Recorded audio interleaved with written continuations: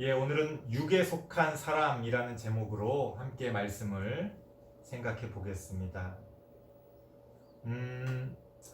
아마 여러분들 나이 때는 어른들의 어떤 말이나 행동 가운데 이해가 안 되는 게 있을 거예요. 혹은 불합리하다고 느끼는 그런 것들도 있을 것이고, 때로는 심지어 어리석다, 왜 저러는지 모르겠다, 아마 그런 느낌을 받는 그런 경우도 종종 있을 겁니다. 뭐 예를 들어서 그런 거죠. 부모님들은 입만 열면 공부해라 공부해라 그러는데, 알고 봤더니 엄마 아빠도 학교 다닐 때 그렇게 공부를 하지 않았는데 왜 나한테만 공부하라 그러냐, 뭐 이런 경우도 있을 것이고, 또 좀 이제 여러분들이 머리가 커지고 여러 가지 좀 그래도 이것저것 주워 듣게 되면, 공부만 한다고 인생이 다 해결되는 것도 아닌데 왜 저렇게 공부만 하라고 그러는지 모르겠다.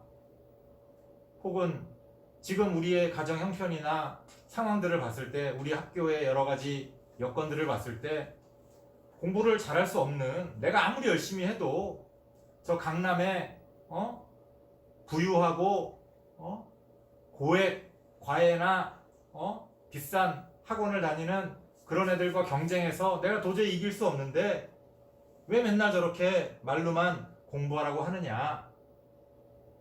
아마 이런 여러 가지 것들이 좀 이해가 안 될 때가 있을 거예요.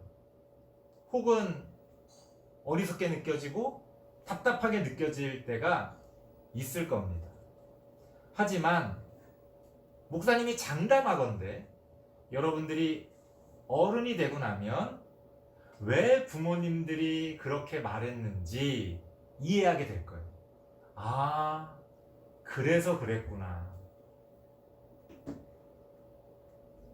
뭐 모든 친구들이 그러진 않겠지만 아마 대부분의 친구들은 아마 부모님과 똑같은 말을 여러분들 자녀에게 하고 있을지도 모르겠습니다. 아니면은 그렇게 하진 않더라도 이해는 하게 될 거예요. 부모님이 그런 마음으로, 그런 뜻으로 나한테 그렇게 말씀하시고 행동하셨구나, 알게 될 겁니다. 그러니까 그런 게 있는 거예요. 어떤 형태로든 어릴 때 혹은 아직 어떤 수준에 미치지 못할 때 우리가 바라보고 생각하는 거랑, 어른이 되어서 혹은 어느 수준에 이르러서 바라보고 생각하는 건 모든 분야에 있어서 굉장히 다르다는 겁니다. 그러니까 아직 성장하지 못하고, 아직 미숙하고, 아직 어린 그런 차원에 머물러 있을 때는 더 높은 것들, 더 큰 것들을 이해하거나 똑바로 바라보지 못하게 되는 겁니다. 우리의 신앙에 있어서도 바로 그런 모습이 있다는 거예요. 오늘 성경에 나오는 육에 속한 사람이라는 것은 뭐냐? 쉽게 말하면 자신의 몸이 원하는 대로 사는 사람. 자고 싶으면 자고, 놀고 싶으면 놀고, 먹고 싶으면 먹고, 그냥 내 몸이 원하는 대로. 여러분들은 내가 원한다고 생각하지만 사실은 그저 내 몸이 원하는, 나의 어떤 감각, 나의 느낌, 나의 육신의 어떤 활동들, 사실은 그 육에 이끌려서, 나의 육신에 이끌려서, 나의 몸에 이끌려서 사는 사람들, 어떻게 보면 그게 전부인 사람들, 그게 바로 육에 속한 사람입니다. 어떻게 보면 요즘 현대인들의 모습을 보여주는 것 같아요. 끊임없이 뭐 맛있는 거 없나, 먹는 거를 찾아 헤매고, 그래서 잔뜩 먹으니까 살찌잖아요? 그럼 또 그게 보기 싫다고 또 다이어트 한다고 또 여러 가지 운동들, 그런 운동의 종류, 다이어트의 종류, 그런 걸 찾아 또 헤맵니다. 먹으면서 뺄 수 있는 음식은 없을까? 또 다이어트 음식을 찾아서 이것저것 시도해 봅니다.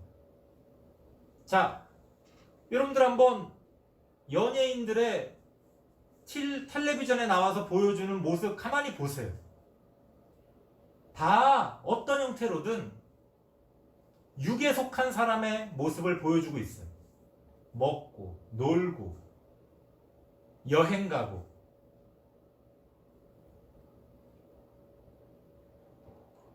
이런 모든 것들이 자신이 내가 원한다기보다는 그저 마치 동물이 본능적으로 살아가듯이 나의 욕심, 나의 욕망이 원하는 대로 살아가는 사람들.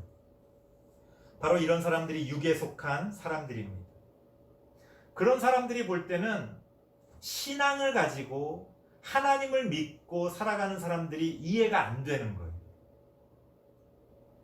아니, 왜 일요일 날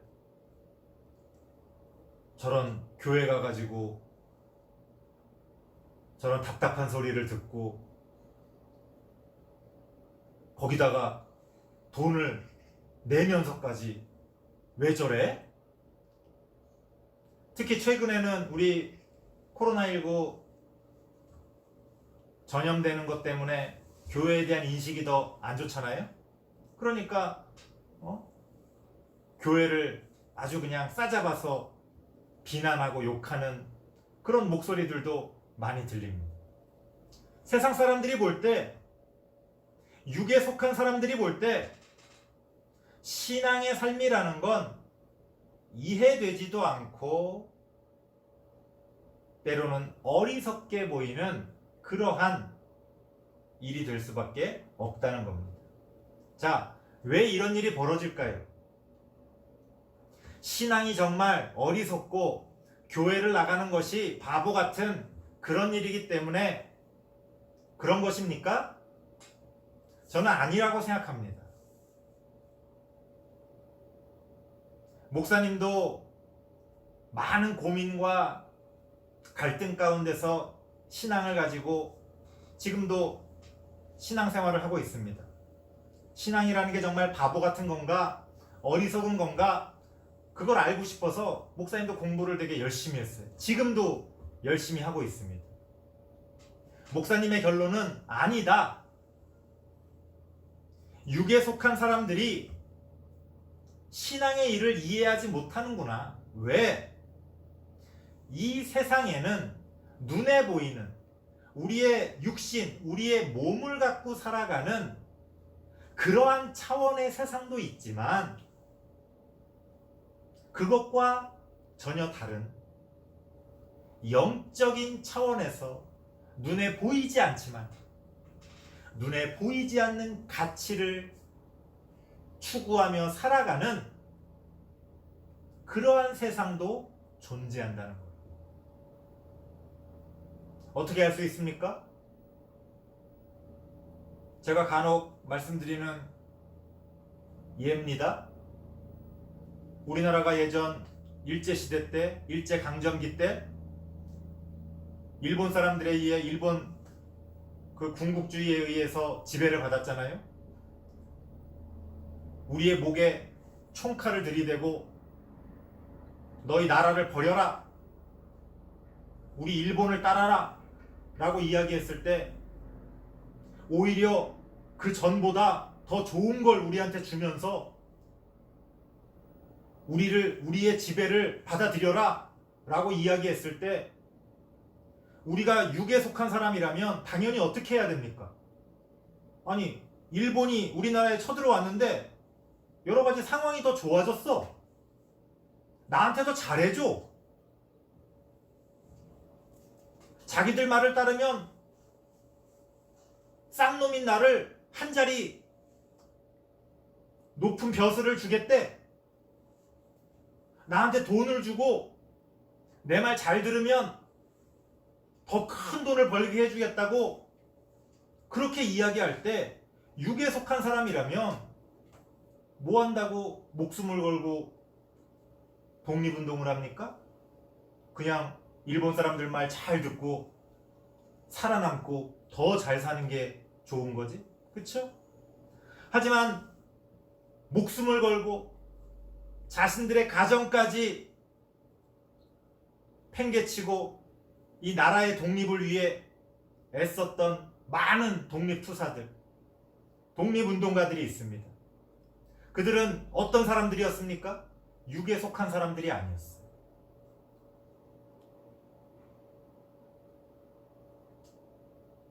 어떤 영적인 차원에서 더 가치 있다고 느껴지는 것들을 추구하는 그런 세상도 있다는 거예요. 이 세상에는.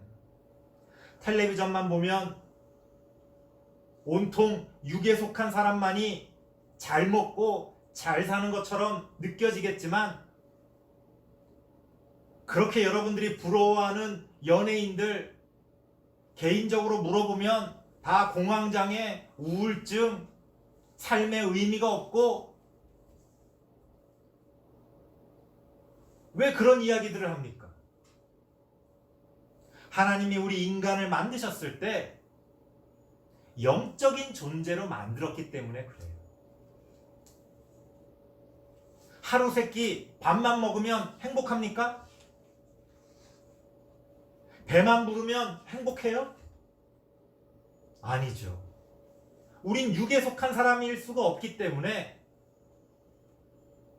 물론 배가 고프면 당장 어떤 걸 먹고 싶은 마음이 들겠지만 배만 부르다고 해서 행복할 수 있는 우리는 그런 존재가 아니라는 겁니다.